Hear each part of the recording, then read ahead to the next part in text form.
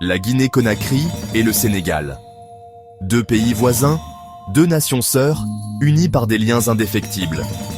Deux noms qui résonnent comme une seule mélodie sur le continent africain. Leurs histoires sont entrelacées, leurs cultures se répondent.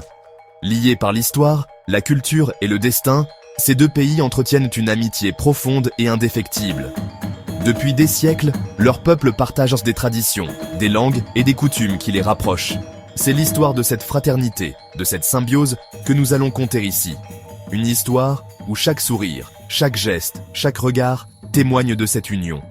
Une histoire tissée de solidarité, de partage et d'espoir. Dans chaque village, dans chaque communauté, on retrouve cette même volonté de vivre ensemble, de s'entraider. Imaginez deux frères, séparés par un ruisseau, mais toujours tournés l'un vers l'autre. Leurs vies sont parallèles, mais leurs cœurs battent au même rythme.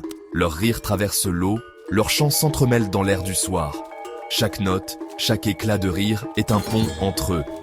C'est l'image que nous évoque ce lien unique entre la Guinée et le Sénégal. Un lien qui transcende les frontières, qui unit les cœurs et les esprits.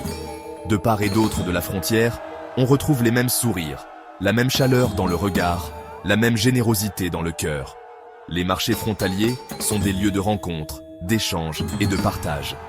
Car au-delà de la géographie, c'est l'âme de ces deux peuples qui vibre à l'unisson. Une âme forgée par des siècles de cohabitation, de respect mutuel et d'amour fraternel.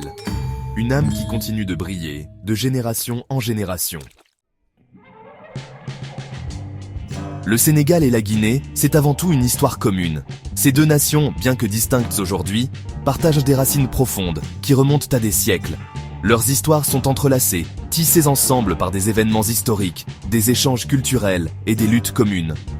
Les empires du Ghana, du Mali et du Songhai ont tissé les premiers liens entre ces deux peuples.